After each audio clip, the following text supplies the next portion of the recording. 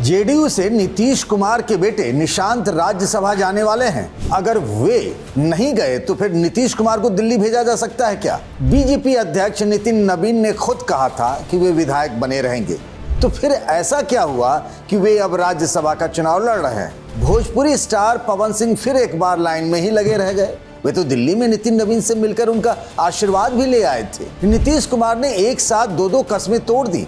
कल रात पटना में उनके घर पर हुई मीटिंग में किसके कहने पर वे अपने बेटे को पॉलिटिक्स में लाने पर राजी हो गए? हरियाणा से कांग्रेस हुड्डा परिवार के कहने पर टिकट देगी या फिर भीतरघात की हैट्रिक लग सकती है? महाराष्ट्र से बीजेपी के लिस्ट पर अब भी सस्पेंस बना हुआ है।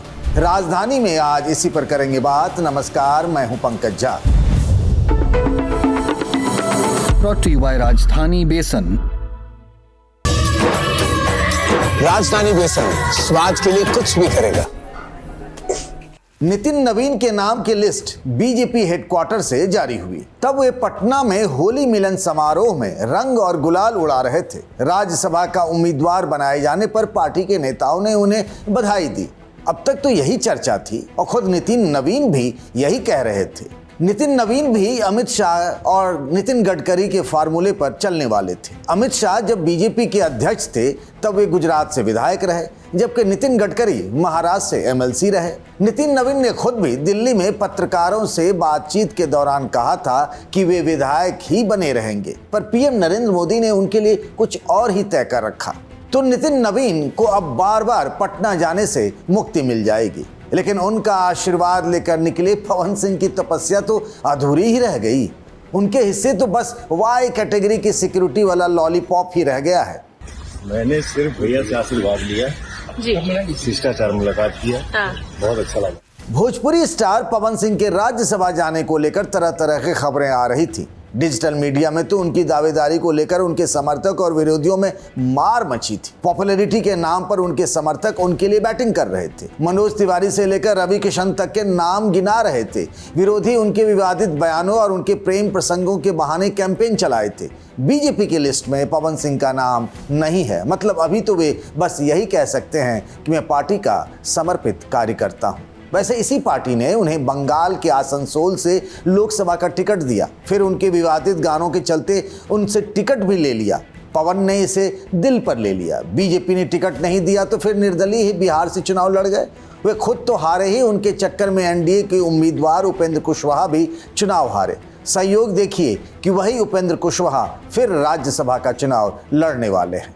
राष्ट्रीय लोक मोर्चा के अध्यक्ष कुशवाहा के बेटे बिहार सरकार में मंत्री हैं और उनकी पत्नी विधायक।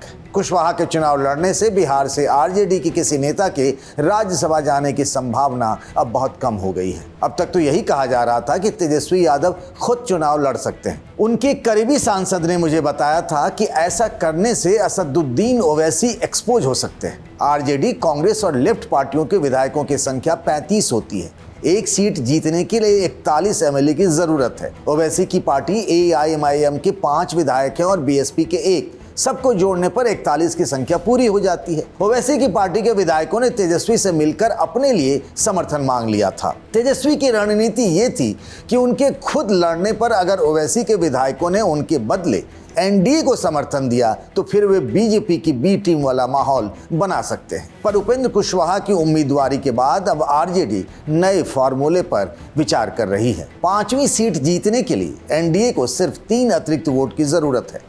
इसके लिए जेडीयू के नेता ओवैसी की पार्टी के विधायकों के संपर्क में भी हैं। पिछले 20 सालों से बिहार के मुख्यमंत्री नीतीश कुमार ने अपनी कसम तोड़ ली, वो भी एक नहीं 2-2। लालू यादव के परिवारवाद के खिलाफ राजनीतिक लड़ाई लड़ने वाले नीतीश कुमार ने फिर पलटी मार ली है। उनके इकलौते बेटे निशांत भी अब राज्यसभा सांसद बनने वाले हैं।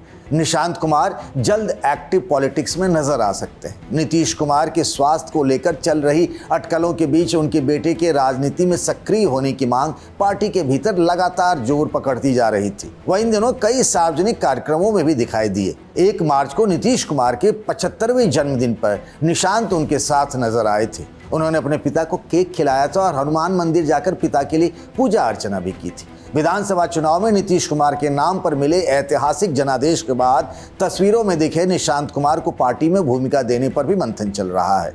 जेडीयू नेताओं के मुताबिक इस साल मार्च में दिल्ली में होने वाले पार्टी की राष्ट्रीय कार्यकारिणी की बैठक में निशांत कुमार की सक्रिय राजनीति में भूमिका को लेकर भी फैसला हो सकता है। बिहार से जेडीयू 2 नेताओं को राज्यसभा भेज सकती है। उपसभापति हरिवंश को पार्टी ने फिर से मौका नहीं देने का फैसला किया। इसके पीछे ये तर्क दिया गया कि नीतीश कुमार तीसरी बार राज्यसभा किसी को भेजते नहीं हैं। लेकिन रामनाथ ठाकुर के मामले में पार्टी ने यही नियम तोड़ दिया है, क्योंकि वे पूर्व सीएम कर्पूरी ठाकुर के बेटे हैं।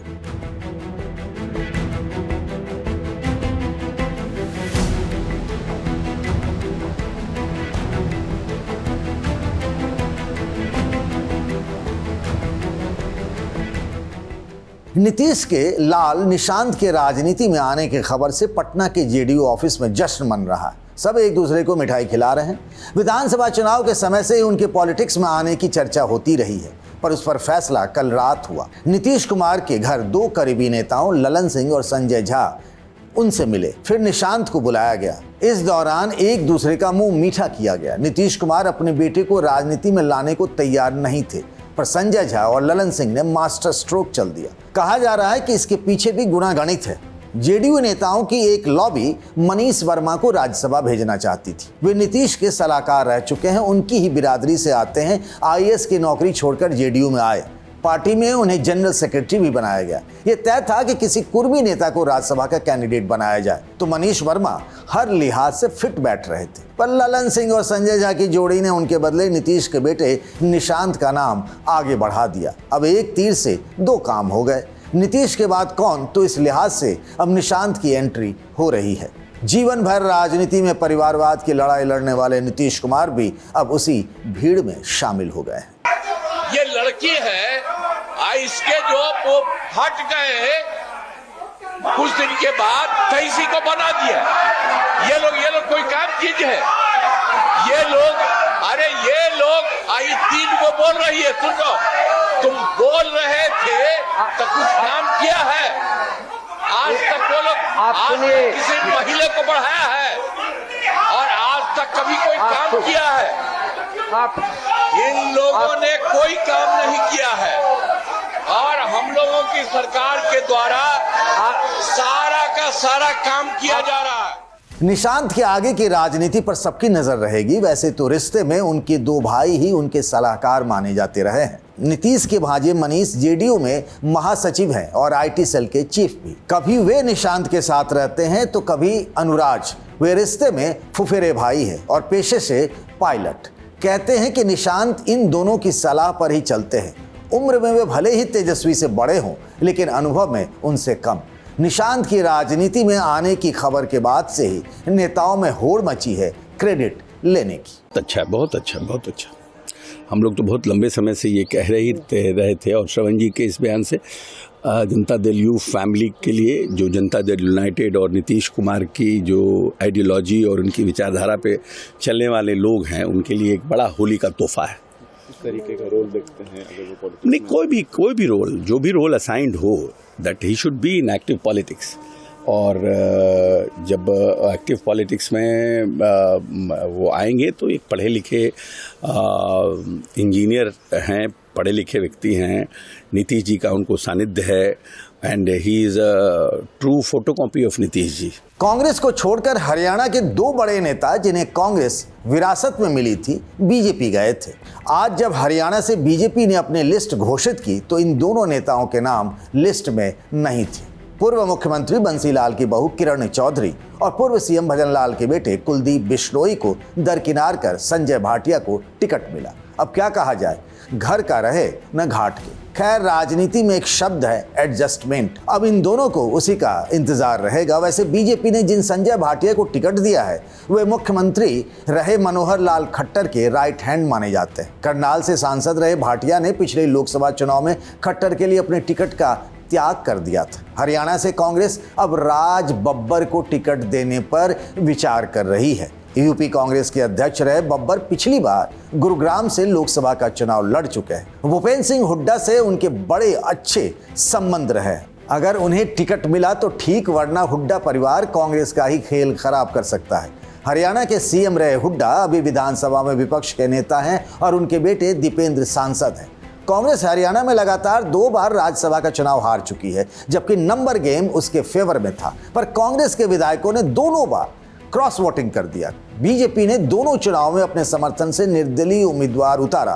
पहली बार साल 2016 में जी मीडिया कंपनी के मालिक सुभाष चंद्र ने सुप्रीम कोर्ट के बड़े वकील और कांग्रेस उम्मीदवार आर.के. आनंद को हराया। तीसरी बार 2022 में बीजेपी के समर्थन से कार्तिकेय शर्मा ने कांग्रेस के अजय माकन को हरा दिया। अब कांग्रेस किसी भी हाल में हार की हैट्रिक से बचना चाहती है। टिकट फाइनल करने को लेकर आज मल्लिकार्जुन खड़गे, राहुल गांधी और के.सी. वेणुगोपाल की मीटिंग भी हुई। कांग्रेस नेता पवन खेड़ा को पिछली बार राज्यसभा का टिकट नहीं मिला तो उन्होंने कहा था कि मेरी तपस्या में कहीं कमी रह गई। तो क्या इस बार उनकी तपस्या पूरी हो सकती है? बीजेपी इस बार ओडिशा में भी कांग्रेस का खेल खराब करना चाहती है। तो क्या इस बार भी राज्यसभा में बीजेपी बाजी मार सकती है? बताइएगा कमेंट बॉक्स में। इस वीडियो को बनाया हमारे साथी सौरभ पाल ने। बाकी खबरों के लिए बने रहिए द ललन टॉप पर।